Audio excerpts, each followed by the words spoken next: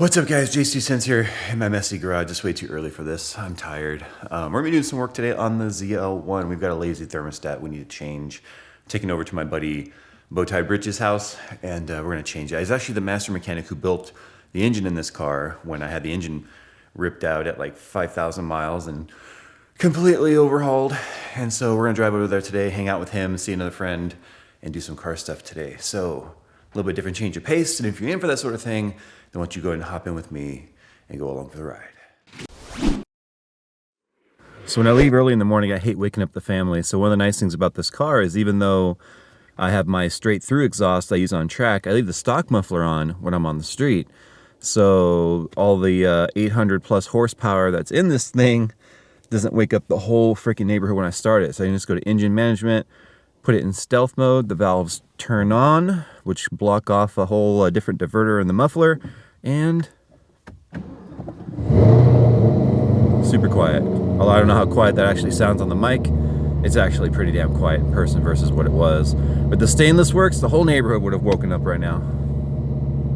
A few moments later. All right, here we are. This is Mike, Bowtie Bridges. You guys have seen me tag him on Instagram. We are working on the ZL1. I mentioned before I drove out here today that the thermostat is sticking, mostly in the closed position. We're assuming the car runs about 20 degrees, maybe 30 degrees hotter than it should.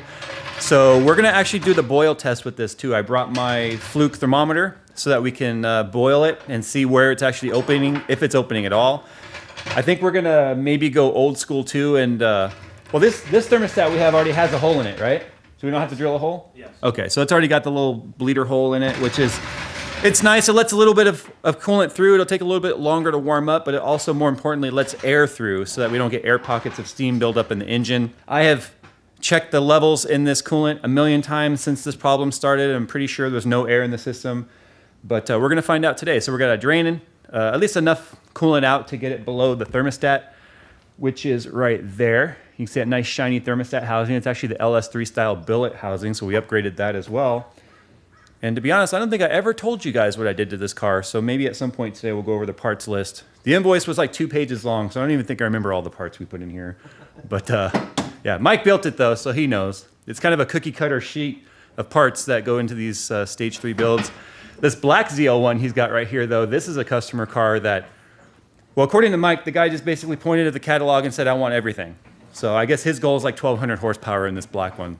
So that's how you properly void a warranty in a 2018 ZL1. You take the heads off, you take the supercharger off, you send it all out for porting and stuff. Not even 2,000 miles on this car. And mine looked like that though, huh? When you built it?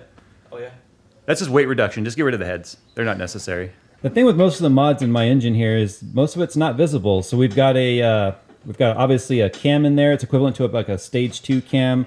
We've got E85 flex fuel, all the ARP studs, titanium valve springs. The whole valve train was kind of improved to deal with the cam and you know, obviously the little bit higher RPMs that we got out of it. This is our catch can right here with the vented catch can. I've got this shield to protect it from water because unfortunately the drip tray, which is off right now, drips right onto this when I wash the car. So this is to protect it from fluid. Obviously we've got our Gates belt, 10% overdrive, ATI pulley down there, Rotofab intake, Tony Memo ported throttle body. It's not a larger throttle body, it's just smoothing out the inlet. There's a terrible step in there when the air enters. So that step has been smoothed out. We got American Racing long tube headers on there, 1 7/8, going down into a 3-inch all the way back to right now, which is a stock muffler. But I have a V-band on that so that I can easily remove it and put my stainless works on, which is way too loud for the street in my opinion. What else do we have? DSX fuel system. So it does have an added fuel pump on the bottom of the tank. We'll be working on that today too, putting a different fitting in there. But that's obviously got its own fuel controller for that. You kind of see the LED under there somewhere, or maybe not. But anyway, that's to deal with the E85 and the extra fuel that's needed, which, as if this car needed more fuel being pumped into the engine. When I've got E85 going and I'm cruising, I'm at approximately 11 or 12 miles per gallon. When I'm on track, I'm probably going to be reaching about 4, if that. On the front of the car, we've got an extremely upgraded intercooler for the supercharger. Obviously, it's an air-to-water intercooler. The core on this is actually a CNR core, which is one of the best brands that you can get in terms of reliability and racing applications. And then I also have a CNR racing radiator in there as well. You can kind of see it obviously right there. So cooling is a big aspect to this build. And what you can't see behind the fender here is actually a 1.5 gallon tank for a reservoir. So yes, you guys are always telling me, go custom loop, haha, go custom water loop with that joke everyone thinks is original. We actually did a custom water loop in here. It's just, you can't really see it because it's all hidden and looks very factory for the most part. And then that's the thermostat housing I was telling you about right there, that shiny piece. So the stock thermostat housing is a plastic piece with a fairly restrictive thermostat, smaller thermostat. That's a 160, or right now it's more like a 200 because it's not really opening. And then I've got my Aeroforce gauges right there, which hook directly into the computer port, and then I can set the gauges to anything that I want. So yeah, the car is definitely not stock by any means. We were hitting 700 wheel horsepower on a Mustang dyno when the intakes were overheating because we had an issue where the supercharger cooling bricks inside the supercharger were, one of them was clogged at least. Mike had a fun time tracing that, didn't you? It was interesting. It was kind of funny on the OnStar system seeing the car like constantly driving because you were trying to figure out that issue. But Yeah. I did 700 wheel horsepower on a Mustang with the intakes reaching 180 degrees, which is pulling what? You said about 3 degrees of timing at least? At 180, it's probably closer to 6. And that's a lot of horsepower. So we're probably sitting closer to maybe 720, 730 wheel without the intakes overheating. But unfortunately, when we tried to re-dyno it, we were just spinning on the dyno. So we have no idea what it's exactly making. But I haven't lost a race yet, and that's because of that guy. My car is taking the lead.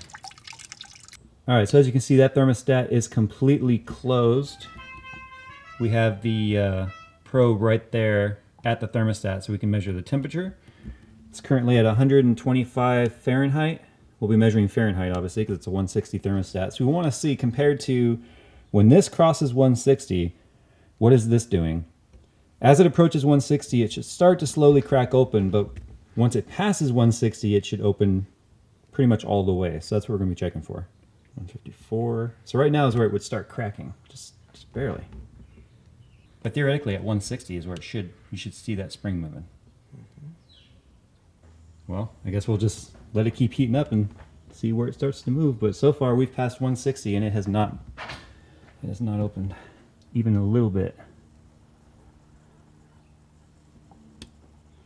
176, and the thermostat still has not moved. So, you know what? That says a lot for the cooling in this car, Mike. If the only flow we were getting was through that weep hole and it kept me from overheating, I mean, we were overheating where we should be, but we never even went to factory temp of 210. That's crazy. 208 was the hottest I saw on the freeway. That's crazy. So we're at 180 now. So Mike's doing the old school method of drilling out the thermostat so we can have just a small constant amount of flow. It helps with air and, well, because race car, so. Yeah, it'll heat up a little slower, but once it gets there, it'll be easier to maintain it. All right, so we're at 196. It still hasn't opened. Mike's going to drop another 160 thermostat in there to see if it opens. It's going to take some time to absorb that heat.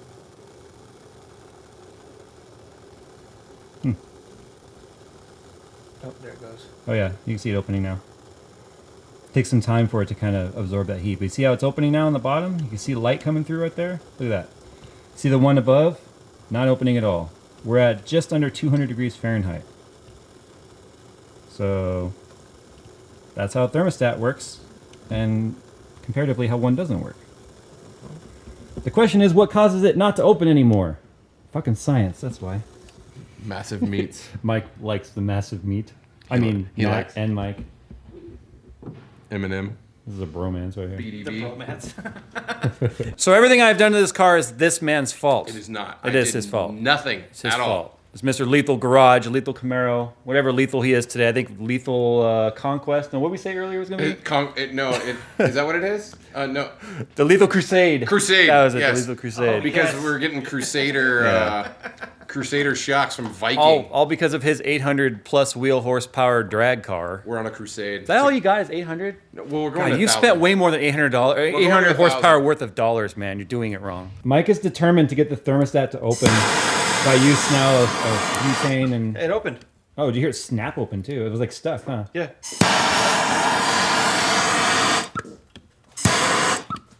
It snapped open violently. Yeah. It opened. What temperature?